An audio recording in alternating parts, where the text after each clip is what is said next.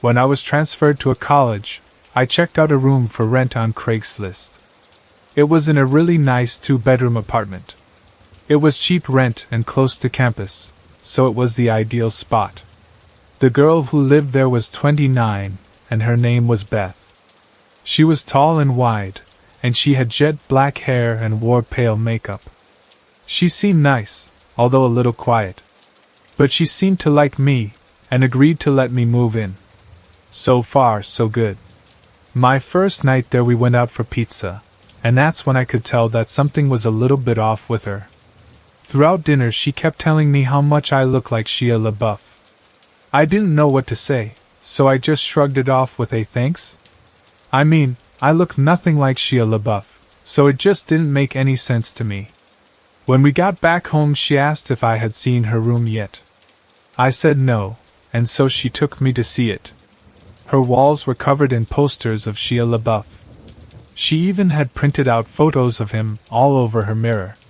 She owned all his movies. I didn't know what to make of it. It was creepy. The whole night she had been saying I look like him, and now it's obvious to me that she's obsessed with the guy. A few weeks passed, and I never really saw her that much. We didn't spend any time together really. She would come home from work and practically run to her room. She would spend the whole night in there. She had this creepy high-pitched giggle, and I would hear her giggling through the walls all night. I wondered what the hell she could possibly be doing. Occasionally she would come out and talk for like 2 minutes, and she would always be slurring her words, so I suspected she was drinking a lot. Sometimes she wouldn't say anything and she would just stand in the hallway and watch me in the living room. I would turn and see her and be surprised and say, "Hello, Beth." And then there would be this long awkward pause and she would give out her creepy high-pitched giggle. It was uncomfortable being around her. She gave me the chills. One night I woke up at around 2 a.m. because I heard what sounded like the front door being unlocked. I came out of my bedroom, and all the lights were off, but I could still see Beth standing at the front door. She had her face against it, and she was turning the lock back and forth over and over again. And every time she turned the bolt she mumbled my name. "Max Barker, Max Barker, Max Barker." Seeing her standing in the dark, and mumbling my name, really freaked me out. And it doesn't help that she kinda looks like a bigger version of the girl from The Ring. I just quietly went back to my room and tried to sleep. One night I was watching Gladiator, and she stumbled out of her room and turned on the living room light, forcing me to pause the movie, which was annoying. She then asked me if I wanted to hear about her ex-boyfriend.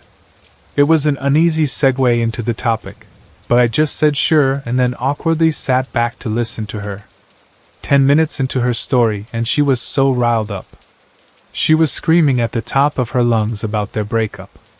I was worried that the neighbors were going to call the cops, and she wasn't listening to me when I was asking her to lower the volume. Amidst all of her screaming, one thing she said really freaked me out. She was in such a fit, and yelled, "I'll slit his fucking throat." That was a big game changer. Suddenly I had no idea what this girl was capable of. She was practically a stranger, and everything I had seen was becoming alarmingly disturbing. After a few more minutes she told me thanks for listening and she started doing her giggle. I got out of there pretty fast, and went to my room to go to sleep. I had a pretty unsettled feeling about being in the house with her, and what's worse is that there was no lock on my bedroom door. I pushed the edge of my dresser in front of it, to act as a little barricade. I woke up in the middle of the night to the sound of my dresser scraping against the floor. Beth was pushing the door open. I turned on my light, shouting at her to stop. I could see her through the opening of the door. She was so drunk, and had this insane look in her eyes. I pushed the door closed, and yelled at her to go to bed. I could hear her walk back to her room, but I couldn't fall back asleep. The next morning when I went out into the hallway my heart dropped. I saw one of her steak knives was on the floor by my door. I got goosebumps all over my arms. All I could think about was her saying she would slit that guy's throat. I confronted her about it, and she said she didn't remember trying to push my door open. She said she didn't even remember telling me about her ex. I had enough. My lease was month to month, so I found a new spot and moved out. About a month after I moved out, she contacted me. I was at the movies, and my phone was off. When I got out, I turned my phone on, and to my shock I received 40+ text messages that she had sent me over the past 2 hours. They were all just insane texts that ranged from everything between, "Hi, how are you?" to, "I fucking hate you." It was insane. I didn't respond, and I never heard from her again. I'd always wonder, if I hadn't set my dresser in front of my door, would she have quietly come into my room and slit my throat? It freaks me out. I needed money, and I needed it fast. The bills were piling up, and the weight of financial stress was becoming unbearable. That's when I decided to sell some of our old stuff, a kid's bicycle and a stroller. It wasn't easy letting go of those items. They held precious memories of our daughter's early years. But desperation has a way of making you part with things you never thought you would. So, I posted an ad on Craigslist, hoping to find a buyer willing to take these items off our hands. It didn't take long for a response to come in.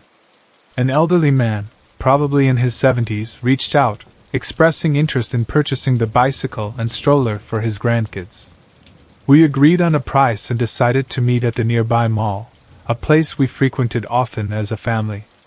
The day of the meetup arrived, and my husband, our 2-year-old daughter, and I headed to the mall. Our little one was happily munching on a cookie, engrossed in an episode of Yo Gabba Gabba, playing on my phone. It was supposed to be a simple exchange, a chance to make a quick buck, but little did we know that our Craigslist transaction would take a dark and sinister turn. As we sat at one of the mall's food courts, the old man we had arranged to meet finally approached us. He was a frail-looking figure, hunched over with age, and his eyes held a peculiar glint that sent a shiver down my spine. We exchanged pleasantries, and it was clear that he had more on his mind than just the items we were selling. The old man began to comment on our daughter, her curly strawberry blonde hair, her sea-green eyes, and her porcelain-pale skin. It was the kind of attention you'd expect from a doting grandparent, so we smiled and nodded politely. After all, adorable kids have a way of charming strangers, especially the elderly. But soon, his compliments took a more unsettling turn. He began to speak about how healthy our daughter looked, and how she must be a joy to raise. I thanked him, trying not to let his strange comments bother me too much. However, it was when he started to touch her that my unease escalated. Without warning, he reached out and stroked her cheek, his gnarled fingers brushing against her delicate skin. Then, he ran his hands through her hair, all the while speaking about how we should bring our daughter to his office. You see, he claimed to be a pediatrician, and he insisted that he would love to treat our child. My maternal instincts kicked in. I gently picked up my daughter from her high chair and held her in my lap, hoping to create a physical barrier between her and this unsettling stranger. My husband, too, attempted to give subtle hints that it was time for the old man to move on, but he seemed oblivious to our discomfort. And then it happened. While I cradled our daughter protectively, the old man bent over and ran his hand over her chubby little leg. His creepy smile remained plastered on his face as he uttered the words that sent a chill down my spine. "It's okay, I'm a pediatrician." I couldn't contain my anger any longer. My voice trembled with rage as I shot back. "Don't touch my frickin' kid!" With that, I stood up, determined to put some distance between us and this unsettling encounter. I began the process of securing our daughter in her stroller, praying that this would be the end of it. But the old man wasn't ready to let us go. He followed us out of the mall, still fixated on our daughter, and he had the audacity to ask if he could play with her. The situation had gone from uncomfortable to downright terrifying, and we needed to get away from this stranger as quickly as possible.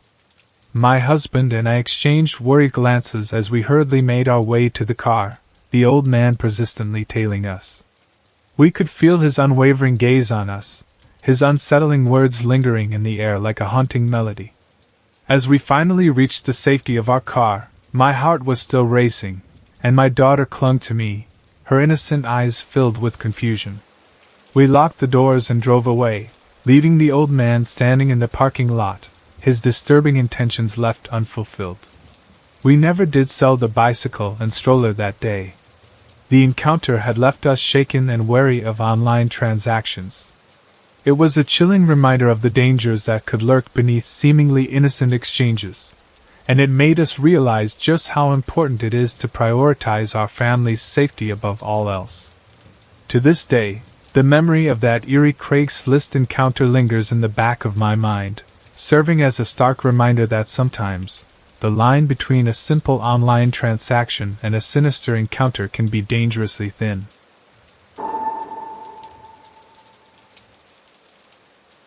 I was looking to buy an iPhone 12 about a year ago.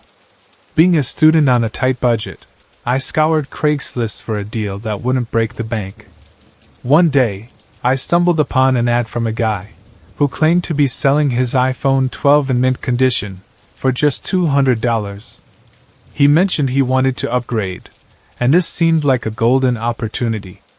Now, I'm not the most tech-savvy person, so I decided to enlist the help of my younger brother, who knew more about smartphones than I ever would. We arranged to meet the seller at a Dunkin' Donuts, halfway between our locations. It was a somewhat unconventional choice of venue, but I figured it was a public place, and safety came first. The rendezvous was set for 10 o'clock at night. As my brother and I waited outside the Dunkin' Donuts, a sense of anticipation filled the air. Two large, intimidating men emerged from a black Honda and approached us. One of them produced the iPhone 12, displaying it proudly. To my surprise, the phone looked immaculate, without a single scratch. My brother swiftly removed my SIM card from my old phone and inserted it into the new one. He ran a series of tests, ensuring that everything was in working order. Satisfied, he nodded and confirmed that the phone was good to go. Just as we were about to conclude the transaction, the seller asked for $250, despite his initial asking price of $200. I hesitated for a moment, torn between the desire to stick to our agreed-upon price and the need to secure the phone. In the end, I decided to stick to the original deal, telling him I only had $200 in cash. The seller seemed slightly displeased but ultimately accepted the money. With the exchange complete, he and his companion returned to their car. We got into our vehicle and began testing the phone by making a call to my girlfriend. Everything appeared to be functioning as expected. However, as we pulled out of the Dunkin' Donuts parking lot, my brother pointed out something unsettling. The two men had not left the area and were still lingering nearby. I glanced in my rearview mirror and noticed that they, too, were getting back into their black Honda. Initially, I dismissed it as a mere coincidence, thinking they were perhaps heading in the same direction as us. As we continued our drive home, my brother commented on how the Honda always seemed to be right behind us, even when we made turns. It was starting to feel more than a little eerie. Sensing that something was amiss, my brother suggested that we pull over and confront the men, ask them what their intentions were. But an instinctive feeling of dread washed over me, and I knew that would be a terrible idea. There was a palpable tension in the air, and I was convinced that these individuals were up to no good. As the minutes ticked by, the Honda continued to tail us closely, following our every turn. It became increasingly clear that they weren't just coincidentally heading in the same direction. They were tracking us deliberately. Panic began to set in as I realized that these men were not just lost or curious. They were pursuing us with intent. Desperation overcame reason, and I decided to take a risky gamble. At a busy intersection, the traffic light had just turned red. I made a snap decision to push through the intersection before the oncoming cars reached us, taking a calculated risk to escape our pursuers. My brother shouted at me, calling me both stupid and reckless, but I was willing to do whatever it took to evade our unwelcome followers. Miraculously, my gambit paid off. The cars behind us came to a screeching halt, and the black Honda was left stranded on the other side of the intersection. We had managed to put some distance between us and our pursuers. With each turn, I put even more distance between us, zigzagging through the streets until the Honda was nowhere in sight. Finally, we arrived home, our hearts pounding with adrenaline from the high-stakes chase we had just endured. We breathed sighs of relief, thankful that we had managed to shake off our pursuers. I was just grateful to have secured the iPhone 12 at such a seemingly low price. But the night was far from over. As I settled in at home, I couldn't help but play around with my new phone, setting it up for personal use before heading to bed. My parents and brother had already retired for the night, and I was left alone in the dimly lit living room. That's when I heard it, the unmistakable sound of 2 car doors slamming shut outside. My heart skipped a beat as I moved toward the window, peering out into the darkness. What I saw sent a chill down my spine. The black Honda that had pursued us earlier was parked across the street. I couldn't see the occupants, but I could only assume they were already on their way to our front door. Panic seized me as I realized that they had somehow tracked us back to our home. I knew I had to act fast. Without wasting a moment, I woke up my dad and explained the situation in hurried, hushed tones. His eyes widened with alarm as he understood the gravity of the situation. He grabbed a baseball bat and crouched behind the front door, ready to defend our family. A loud, aggressive knock rang out at the front door, followed by a sinister voice demanding that we open up. My dad shouted back, telling them to go away, but the response we received sent shivers down our spines. One of the men on the other side of the door claimed to be armed and threatened to shoot the lock off if we didn't comply with their demands. Fear gnawed at my insides as I clutched my phone, my lifeline to the outside world. My dad instructed me to call Joe, our close friend and a police officer who lived nearby. I dialed his number, my trembling fingers barely able to press the buttons. Joe assured me he'd be right over and that we should stay put and keep the doors locked. But then came the moment that still haunts me to this day, a muffled shot, the suppressed sound of a pistol firing. My blood ran cold as I peeked over at the front door, only to see a bullet hole inches away from my dad's head. My heart pounded like a drum as I watched in horror. Despite the danger, my dad rushed outside to assist Joe, who had arrived in the nick of time. Joe was unyielding, shouting at the assailants to drop their weapons. Amid the chaos and confusion, my dad's bravery and Joe's quick response led to the arrest of those 2 individuals. The nightmare was over, but the scars it left on my psyche would remain forever. That fateful night had been the most terrifying experience of my life, a stark reminder that danger could lurk in the most unexpected places. As I sit here, reflecting on that harrowing night, I can't help but wonder about the sinister intentions of those men. What drove them to pursue us with such malevolence, to follow us home, and to resort to violence?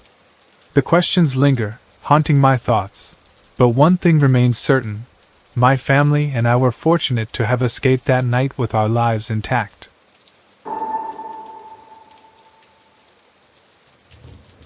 I had been scouring various car websites, searching high and low for the perfect car to buy for my son's upcoming 18th birthday. The problem was, most of the cars I found were overpriced, and I was determined not to break the bank. Craigslist seemed to be my last hope for finding a real deal. One day, while scrolling through the listings, I stumbled upon a car in what appeared to be good condition, and it was being sold for the unbelievably low price of just $500. This felt like a steal, and I couldn't believe my luck. The listing was sparse on details, but it mentioned that the car was in great shape. I wasted no time and gave the seller a call to set up a time to check it out. The voice on the other end of the line belonged to a man named Bob. He sounded perfectly normal during our conversation, assuring me that the car was in excellent condition and that there would be no issues. We agreed on a time to meet, and I set out for his address, eager to see the car for myself.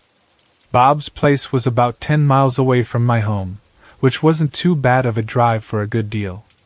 As I pulled up to his property, I realized that it was a small house situated on a decent-sized piece of land. It was isolated from its nearest neighbors, likely due to the spacious property. As I approached the garage, I noticed that it was wide open, so I decided to check if anyone was inside. To my surprise, I found the garage empty, except for an unusual abundance of car parts scattered about. The car I had come to see was conspicuously absent. The only vehicle in sight was an old pickup truck. I walked over to the front door and peered at the house numbers to confirm that I had the right address. It was indeed the correct location. However, I soon noticed that the doorbell button was missing, which struck me as odd. With no other option, I knocked on the door and waited patiently. 5 minutes passed, but there was no response. Frustration began to creep in as I wondered why Bob, who had assured me he would be home, was not answering the door. I decided to give him a call to see if he was inside. I dialed his number and, to my bewilderment, heard the sound of a phone ringing from somewhere within the house. This puzzling situation left me thoroughly confused.